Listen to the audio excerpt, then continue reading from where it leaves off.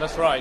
Everybody's been holding their breath today. They're hoping that these big assemblies, both here at Tahrir Square, over at the mosque where the Muslim Brotherhood are staging their own version of Tahrir Square, they're hoping that those events won't come together in a big way.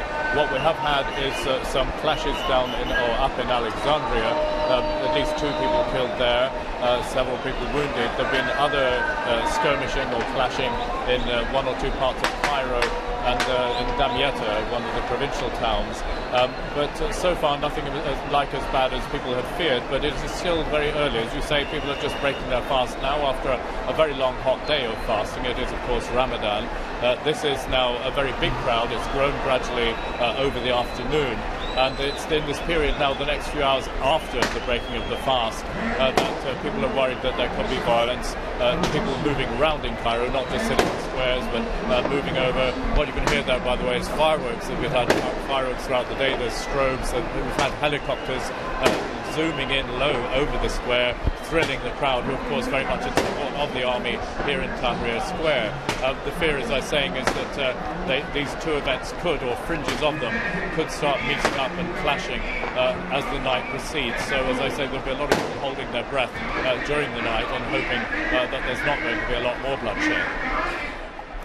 And I know that you're at the anti-Morsi camp there, but what's been the reaction to the charges against Mr. Morsi and the reason why he's been detained, links to Hamas?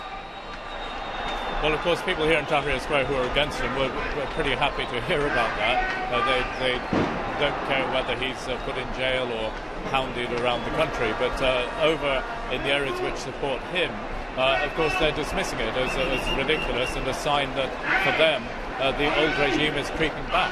They see that as part of the kind of syndrome that used to prevail under President Mubarak, where people were facing trumped-up charges and so on. And Hamas itself in Gaza has absolutely denied that any such thing happened, said that there's not a shred of evidence to support the allegation. So I think the general feeling is that because there was so much pressure from the outside world, from the Americans, the UN, Europe and so on, for Mr. Morsi not just to be held incommunicado indefinitely, that he should either be released or face charges, that's seen as one of the spurs for this legal development.